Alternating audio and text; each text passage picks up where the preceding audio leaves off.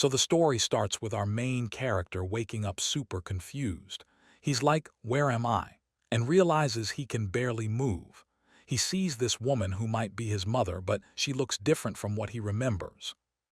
That's when he notices something wild. There's a status screen floating in front of him, like in a video game. His level is 1, all his stats are at F rank, and he doesn't even have a name yet. Then he realizes he's been reincarnated as a baby. An old man walks in and everyone's calling him, "Your Majesty." Turns out this guy is the Emperor himself. The Emperor and his wife are checking out their newborn son and talking about how handsome he is. The Emperor names him Noah Ararat and gives him the title of 13th Imperial Prince. So yeah, he's royalty now, but as the 13th son, he's pretty low on the succession ladder. They check Noah's magical affinity and find out he has water magic at E rank.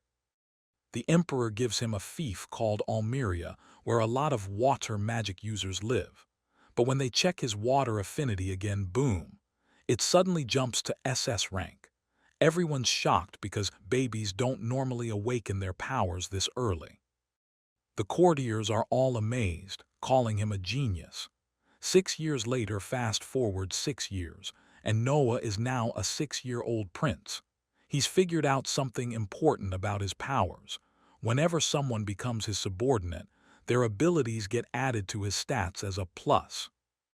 Like his water magic shows as E plus SS, where the SS came from his territory Almeria. His maids also add small boosts like plus F to some of his other stats. And his level cap, it's infinity. He can literally level up forever. One morning, Noah's eating breakfast when two of his older brothers show up: Albert, the 29-year-old crown prince, second prince, and Henry, the 21-year-old fourth prince. Albert seems pretty chill and respectful. But Henry, this guy's testing Noah. He brought a present, a box with a sword inside. When they open it, the servants start screaming in terror. The sword is called Leviathan, a legendary water magic sword that's supposedly the strongest in the Empire.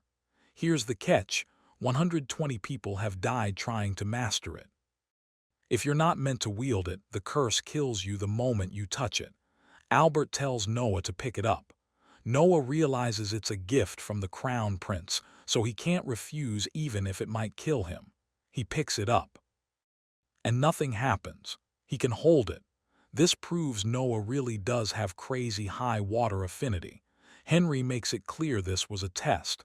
They wanted to see if Noah could actually wield it. After they leave, Noah realizes Albert was testing him to see if he'd get bitten by his own pet, meaning the crown prince gave him a dangerous gift to see what would happen.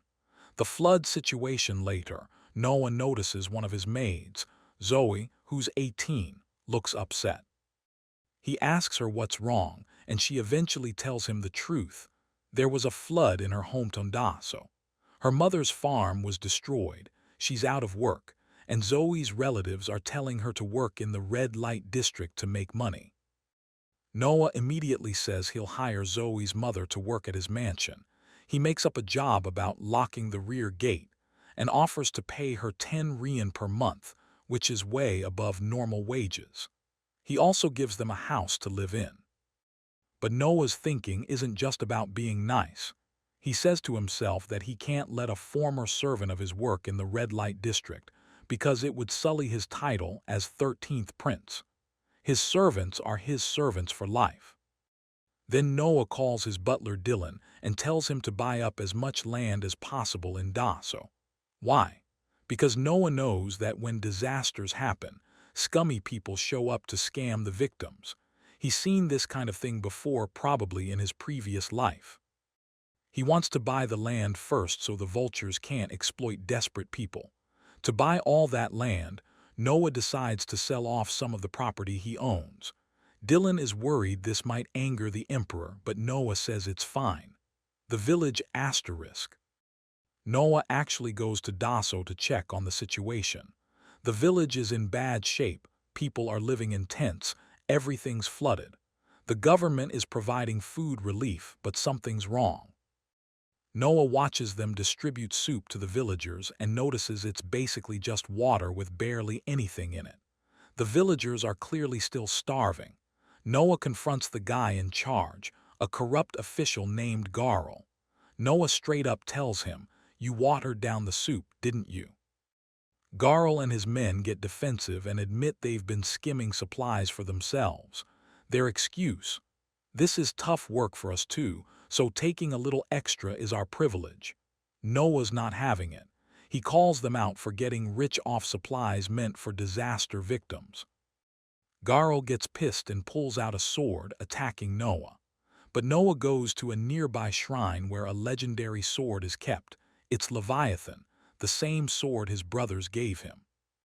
He pulls it out and makes this whole speech about how the strong should use their power to help people, not abuse the weak. He says, "That is my privilege as a noble." Noah commands Leviathan, and the sword unleashes a massive water attack that literally creates a giant crater in the ground, swallowing Garl. The corrupt official is dead, and everyone's terrified of what Noah just did. Enter Rowan right after this. A knight captain named Rowan shows up with his soldiers. Garl's accomplices try to play victim and blame Noah, but Rowan immediately recognizes Noah and bows to him. Turns out Rowan was recently appointed to maintain security in this region and works for Prince Henry. Noah tells Rowan, "I'm borrowing you," and explains that Garl was running a corruption scheme with kickbacks. He orders Rowan to punish the accomplices. Then Noah demands they restart the food distribution properly. He wants the soup so thick that you can stand a spoon in it and it won't fall. The villagers start crying with joy and chanting, "Long live the 13th prince." Watching from a distance, Henry is actually impressed. He calls Noah a mad dog that he thought might bite him, but instead Noah submitted. Henry thinks Noah might be even more useful than expected. Back at the palace, Noah gets summoned by the emperor. He's nervous because he sold land the emperor gave him to buy the village. But the emperor actually thanks him. He says Noah prevented the disaster from turning into a bigger mess that would have required imperial resources to fix. The emperor asks how Noah knew about the flood, and Noah explains one of his maids is from that village. It was coincidence. The emperor says Providence played a part too, since Noah mastered the water magic sword Leviathan in that village. The emperor wants to check Noah's abilities again. When they use the magic to see his stats, Noah notices something weird to him. His water stat usually shows as E plus SS, but now it just shows as SSS with no plus sign. Leviathan, the sword, has become his subordinate and added its power directly to his stats. The emperor is amazed and asks Noah to continue using his talents to help the empire. Noah agrees.